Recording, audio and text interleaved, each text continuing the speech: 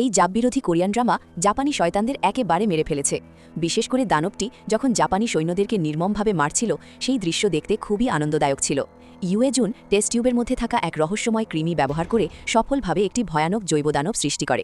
এই কৃমিটি যখন এক বৃদ্ধার শরীরে প্রবেশ করে, তখন তার পেশি টিস্যুতে পরিবর্তন আসতে শুরু করে। সে খাঁচার কাছে থাকা দুজন জাপানি সৈন্যকে ধরে মাটিতে পিষতে থাকে। একজন জাপানি সৈন্য পুরোপুরি মরে গেছে, আর অন্যজন কুকুরের মতো হামাগুড়ি দিয়ে মাটিতে পড়ে আছে। সে কর্নেল দাজো ড্যানটেংয়ের কাছে বাঁচানোর জন্য প্রার্থনা করে, কিন্তু অপ্রত্যাশিতভাবে ড্যানটেং ব্যথার পরিবর্তে বরং উত্তেজিত হয়ে ওঠেন। তিনি তার অধীনস্থদের দিকে ইশারা করেন যেন কেউ গুলি না চালায়, কারণ দানবটির আবির্ভাব মানেই হল পরীক্ষা সফল হয়েছে। তিনি চুপচাপ একপাশে দাঁড়িয়ে দানবটির খাওয়া শেষ হওয়ার জন্য অপেক্ষা করতে থাকেন। এই অংশে কিছু বাংলা ছাড়া চীনা শব্দ বা বাক্য আছে যা অপ্রাসঙ্গিক, তাই এড়িয়ে হলো। দানবটি জাপানি সৈন্যটিকে ধরার পর তার পিঠে সাপের মতো দেখতে কয়েকটা সুর গজিয়ে ওঠে। সেগুলোর মধ্যে একটি বেশ মোটা এবং লম্বা, যা ধীরে ধীরে বাইরের দিকে বাড়তে থাকে। সুরের শেষে তিনটি উপসুর বিভক্ত হয়ে সৈন্যটির মাথার উপর সরাসরি চেপে বসে।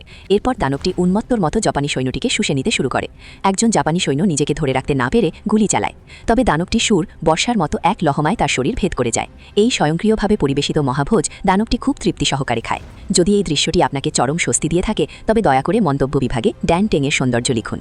কর্নেল ড্যানটেং খাঁচার দিকে পরম ভক্তিতে তাকিয়ে থাকেন এবং এই রক্তপিপাসু দানবটিকে দেবীর সাথে তুলনা করেন।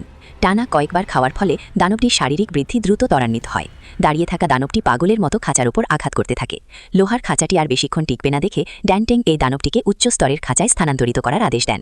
দানবটির কোনো ক্ষতি এড়াতে ড্যানটেং সৈন্যদেরকে দানবটির উপর প্রচুর পরিমাণে নাইট্রোজেন স্প্রে করার নির্দেশ দেন। কিছুক্ষণ ধরে তীব্রভাবে স্প্রে করার পর তাপমাত্রা হঠাৎ কমে যাওয়ায় দানবটি ঘুমিয়ে পড়ে। সৈন্যরা হাত নেড়ে ইশারা করে আর একটি বড় লোহার খাঁচা ধীরে ধীরে ঠেলে ভেতরে আনা হয়। খাঁচার ভেতরের অংশ নাইট্রোজেন দিয়ে পূর্ণ করা হয়, যাতে দানবটি ক্রমাগত অবশ থাকে। পরিবহনের সময় সকল জাপানি সৈন্য জৈব নিরাপত্তা স্যুট পরিধান করে, কারণ দানবটি ঘুমের সময় আত্মরক্ষার প্রক্রিয়া শুরু করে। তার শরীর থেকে তুষারকণার মতো ছোট ছোট বিষাক্ত রেণু নির্গত হতে থাকে। এই রেণুগুলো বাতাসে ধীরে ধীরে ছড়িয়ে পড়ে কারাগারের বিভিন্ন কোণে। কয়েদিরা এটাকে খুব অদ্ভুত মনে করে।